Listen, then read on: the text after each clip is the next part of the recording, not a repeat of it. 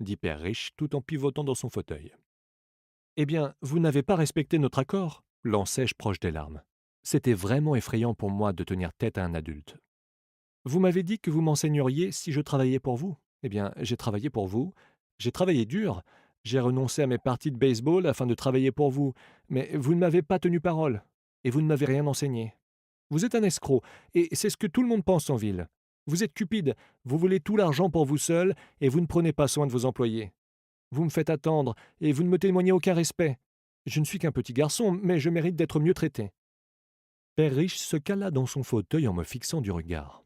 Il semblait m'étudier. Pas si mal, dit-il. En moins de 2 mois, tu parles comme la plupart de mes employés. Quoi demandai-je, sans trop comprendre ce qu'il disait. Je continuai d'exprimer mes doléances. Je croyais que vous alliez respecter notre accord et m'enseigner des choses.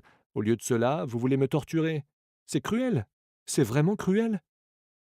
Je suis en train de t'enseigner en ce moment, dit calmement Père Riche. Que m'avez-vous donc enseigné? Rien, dis-je avec colère. Vous ne m'avez même pas parlé depuis que j'ai accepté de travailler pour 3 fois rien. 10 cents l'heure. Ah, je devrais avertir le gouvernement de vos agissements. Vous savez, il existe des lois régissant le travail des enfants. Mon père travaille pour le gouvernement. Le saviez-vous? Oh là là! À présent, tu parles exactement comme la plupart des gens qui ont déjà travaillé pour moi. Des gens que j'ai congédiés ou qui ont quitté leur emploi. Qu'avez-vous donc à dire pour votre défense? Demandai-je, me sentant passablement brave pour un petit garçon. Vous m'avez menti. J'ai travaillé pour vous et vous n'avez pas tenu parole. Vous ne m'avez rien enseigné.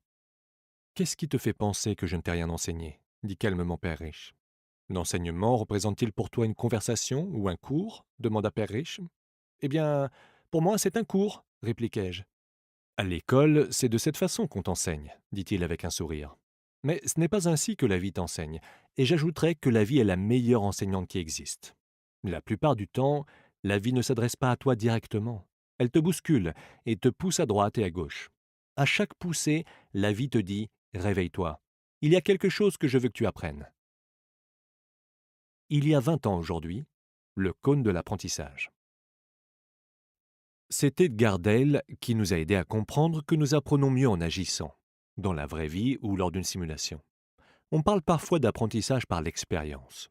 Dale et son cône de l'apprentissage nous disent que la lecture et les exposés sont les méthodes d'apprentissage les moins efficaces. Et pourtant, nous savons tous comment l'enseignement est livré dans la majorité des écoles, par le biais de la lecture et des exposés. De quoi cet homme parle-t-il? Me demandai-je à moi-même. Selon lui, la vie me parlait quand elle me poussait à droite et à gauche? Foutaise! À présent, j'étais persuadé qu'il me fallait abandonner mon travail. J'étais littéralement en train de parler à un individu mûr pour l'asile. Si tu apprends les leçons de la vie, tu t'en sortiras fort bien. Sinon, la vie continuera tout simplement de te bousculer de toutes parts. En général, les gens optent pour 2 solutions. Certains se laissent bousculer par la vie, d'autres se fâchent et en bousculent d'autres, que ce soit leur patron, leur mari, leur femme ou leur travail. Ils ne se rendent pas compte que c'est la vie qui les pousse et les bouscule. Je n'avais aucune idée de quoi il parlait. La vie nous pousse tous à droite et à gauche. Certains abandonnent, d'autres se battent. Quelques-uns retiennent la leçon et progressent. Ils acceptent de bonne grâce que la vie les pousse de ci, de là. L'attitude de ce petit nombre de gens signifie qu'ils ont la volonté et le besoin d'apprendre quelque chose. Ils apprennent et ils continuent d'avancer. La plupart des autres renoncent, mais quelques-uns comme toi se battent. Père Riche se leva et alla fermer une vieille fenêtre de bois grinçante qui avait un urgent besoin d'être réparée. Si tu apprends cette leçon, tu deviendras un jeune homme sage, riche et heureux. Si tu ne l'apprends pas, tu passeras toute ta vie à blâmer ton travail, ton maigre salaire ou ton patron pour tes problèmes. Tu vivras ta vie dans l'espérance qu'une chance incroyable vienne résoudre tous tes problèmes d'argent. Père Riche me regarda soudain pour vérifier si j'écoutais toujours. Ses yeux rencontrèrent les miens. Nous nous fixâmes tous deux, et un fort courant de communication s'établit entre nous par le moyen de nos regards. Finalement, je détournai les yeux après avoir saisi son dernier message. Je savais qu'il avait raison. Je l'avais blâmé, et pourtant je souhaitais vraiment apprendre. J'étais tiraillé. Père Riche continua. D'autre part, si tu es le genre de personne qui n'a pas de cœur au ventre, tu abandonneras chaque fois que la vie te bousculera. Si c'est ton cas, tu passeras toute ta vie à ne rien risquer, à te conduire honorablement, à te ménager en prévision d'un quelconque événement qui n'arrivera jamais. Puis, tu mourras comme un vieil homme ennuyeux. Il y aura un tas d'amis qui t'auront vraiment apprécié, car tu étais un travailleur tellement gentil et laborieux. Mais la vérité est la suivante. Tu auras laissé ta vie te réduire à la soumission. Au fond de toi, tu étais terrifié à l'idée de prendre des risques. Tu voulais vraiment gagner, mais la peur de perdre était plus forte que l'excitation que procure la victoire.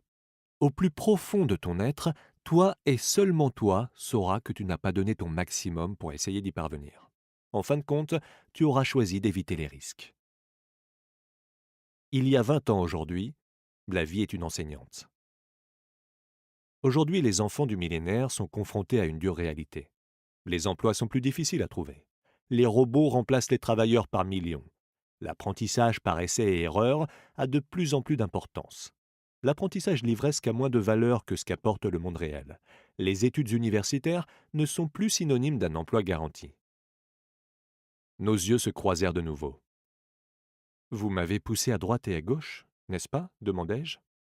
Certaines personnes pourraient peut-être affirmer cela, dit en souriant Père Riche. Pour ma part, je te dirais simplement que je t'ai donné un aperçu, un échantillon de la vie. Quel avant-goût de la vie demandai-je encore fâché. Mais ma curiosité était maintenant éveillée et j'étais encore prêt à apprendre. Mike et toi êtes les premiers êtres à me demander de leur enseigner comment gagner de l'argent. J'ai plus de 150 employés et aucun d'eux ne m'a demandé un jour ce que je connais de l'argent.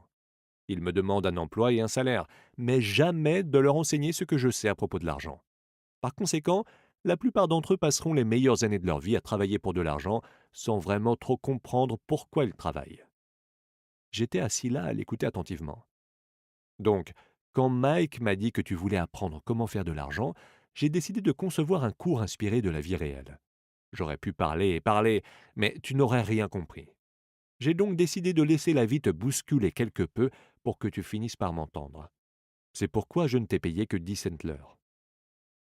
Quelle est donc la leçon que j'ai apprise en travaillant pour 10 cents l'heure? Que vous êtes mesquin et que vous exploitez vos travailleurs? Père Riche se cala dans son fauteuil et rit de bon cœur. Il serait préférable que tu changes ton point de vue. Arrête de me blâmer en pensant que c'est moi le problème. Si tu crois que je suis le problème, alors il va falloir que tu me fasses changer. Si tu prends conscience que c'est toi le problème, alors tu peux te changer toi-même, apprendre certaines choses et devenir plus sage. La plupart des gens veulent que le reste du monde change, mais pas eux-mêmes. Laisse-moi te dire qu'il est plus facile de te changer toi-même que de transformer n'importe qui d'autre. Il y a 20 ans aujourd'hui, changez ce que vous pouvez changer. J'ai puisé vérité et sagesse dans les paroles de mon père riche. Il y a tant de choses dans la vie qui échappent à notre contrôle. J'ai appris à me concentrer sur ce que je peux maîtriser, moi-même. Et si les choses doivent changer, je dois m'adapter aussitôt. Je ne comprends pas, dis-je. Ne me blâme pas pour tes problèmes, dit Père Riche avec de l'impatience dans la voix.